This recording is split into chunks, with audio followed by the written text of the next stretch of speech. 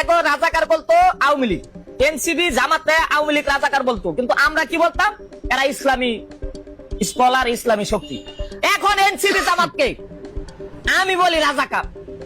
রাজাকার মানে কি এটা একটু বুঝাই দিই। রাজাকার মানে রাজার আকার ধারণ কইরা পার্লামেন্টে গিয়া জনগণের সাথে ধোকাবাজি রে কয় রাজার আকার ধারণ করে রাজাকার।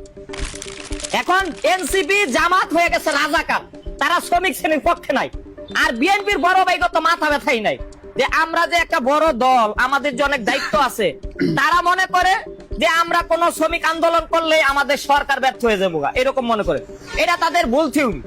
আরে শ্রমিক আন্দোলন মানে সরকারের ব্যর্থতা না, শ্রমিক আন্দোলন মানে শ্রমিকের মজুরি বাড়ানোর জন্য সফল একটা উদ্যোগ।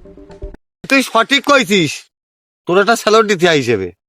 তারপর পাচ্ছি না, তার কিরাম করে দেবো। তুই সঠিক কথা কইছিস, ওই সঠিক কথা করছিস বলে তোর হয়তো